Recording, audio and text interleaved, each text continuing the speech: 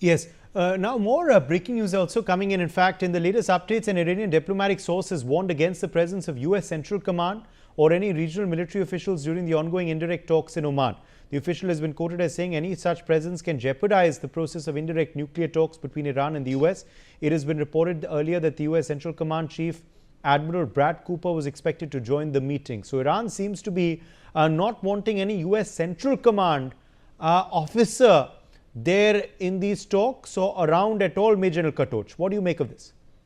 No, I think I would support the Iranian position on that because any American, if the leadership, the military leadership starts coming in there, that will be seen as a direct threat.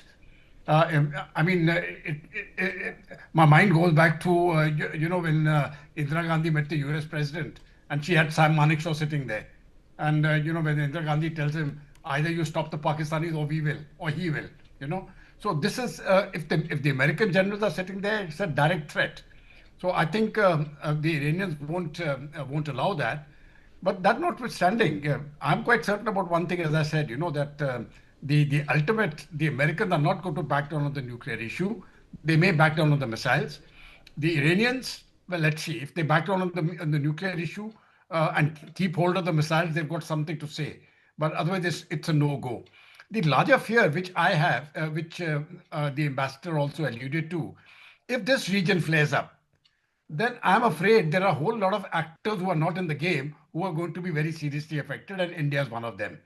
Because that will directly impinge upon the energy supplies which come out of the Gulf, and that impacts us. So I think for us, it's for India, it is certainly a cause of concern.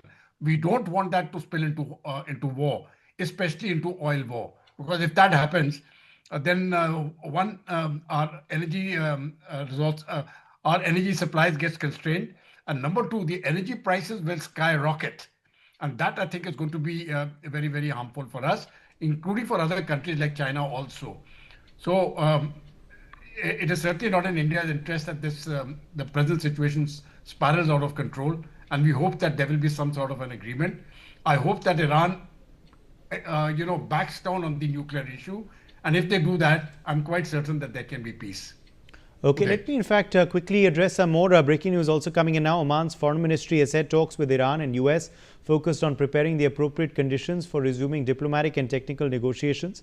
In a post on X, it added that this was done in light of the parties' determination to ensure their success in achieving sustainable security and stability. Oman's foreign minister Sayed Badr bin Hamad Al Busaidi had met the US delegation led by Witkoff and Kushner ahead of the indirect talks they held with Iranian officials. Joining us live is Ambassador Yogesh Gupta on this big story. Ambassador Gupta, more details, of course, continue to emerge from Oman, where, of course, these talks are taking place. These appropriate conditions are being facilitated, is what the latest statement says.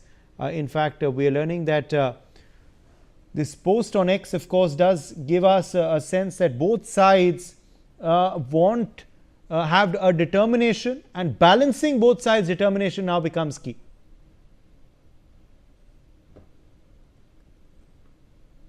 Ambassador Gupta. Yes, as I said, the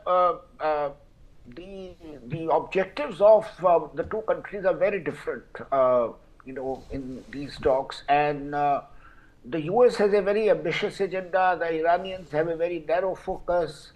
And both sides think that, they have more to gain in case these talks fail.